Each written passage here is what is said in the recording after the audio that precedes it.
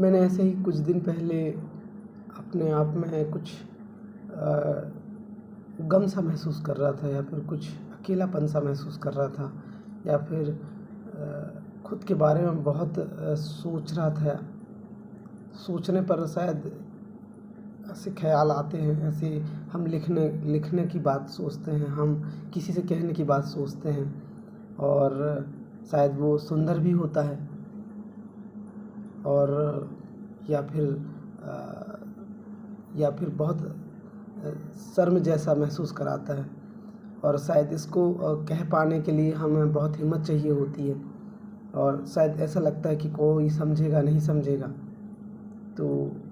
अगर आप अपने सफ़र में, अगर आपने अपने गुज़रते हुए दिनों में, अगर आपने चलती हुई ट्रेन में, या फिर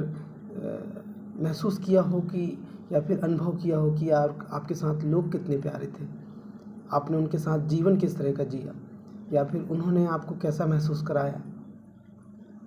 क्या वो स्टेशन में आप साथ थे उनके, क्या क्या आप उनके साथ में वो 24 घंटे का समय अगर बिताया तो उन्होंने कितना आपका ख्याल रखा, आपने कोशिश कितनी करी कि उनके लिए छोटी छोटी चीज़ें कैसे बेहतर हो सकती हैं, उनके समझ में कितना बना रह सकता है, याद कितनी चीज़ें रह सकती, क्योंकि हमारा अतीत ही शायद हमें हमारे वर्तमान को जीने के लिए कहीं न कहीं बहुत बहुत बड़ा हिस्सा होता है। तो ऐसा ही कुछ मैंने ऐसा कुछ कुछ नहीं, पूरा भी नहीं और अधूरा भी नहीं, जो कि मैंने लिखा कि मैं अपने बारे में, कि वो दिनों में आ चुका हूँ मैं, कि वो दिनों में आ चुका हूँ मैं जब मुझे खुद की याद आती है। वो दिनों में आ चुका हूँ मैं जब मुझे खुद की याद आती है।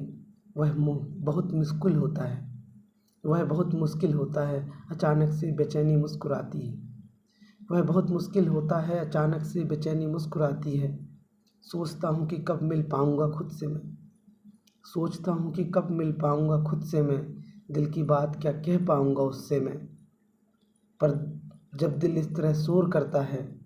पर जब दिल इस तरह शोर करता है, मेरी बेचैनी गले तक भर जाती है, मेरी बेचैनी गले तक भर जाती है। वो दिनों में आ चुका हूँ मैं जब मुझे खुद की याद आती है। वो दिनों में आ चुका हूँ मैं जब मुझे खुद की याद आती है, जो खुद को खुद से कह रहा हूँ, था अकेला कई दिनों से रह रहा हूँ। जो खुद को खुद से कह रहा हूँ, था अकेला कई दिन